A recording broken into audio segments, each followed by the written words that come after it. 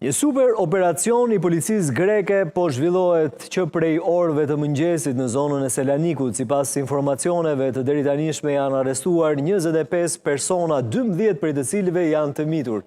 Burime policore thonë se të gjithë janë antarë të organizatës së ekstremit të djathtë të Rinia Nacionaliste e Selanikut, një grupim i konsideruar si deg ekstreme e ish organizatës kriminale Agimi Art, krerët e të cilëve ndodhe në burgjet greke me dënime shumë vjeçare. Deri tani janë gjetur materiale propagandistike të karakterit ekstremist të djathtë, broshura me materiale fashiste, si edhe mjaft materiale si shkopin gome, maska, thika dhe armë të ftohta të cilat dyshohet se përdoreshin prej antarëve të kësaj organizate në grabitje, dhunime dhe sulme të ndaj të huajve ose antarëve të komuniteteve që jetojnë në zonën e Greqisë së Veriut.